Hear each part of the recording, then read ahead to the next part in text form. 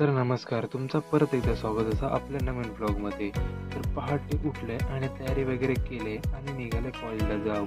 तर दर दिवसासारखं स्टेशनला येऊन ट्रेन पकडले आणि उतरले चेन्नई स्टेशनला. तिथून चालत पोहोचले मी कॉलेजमध्ये. नंतर 12:30 वाजता लेक्चर संपले तसं मी निघाले घरात जाऊ. तर जाता जाता बघितले तर पावसानं केला नव्हतो काळोख, म्हणून पटापटा पावला टाकून पोहोचले मी स्टेशनला आणि ट्रेन पकडले आणि पोहोचले घरात. तर घरात गेले तर मला लय भूक लागली होती, म्हणून बसले जेवू.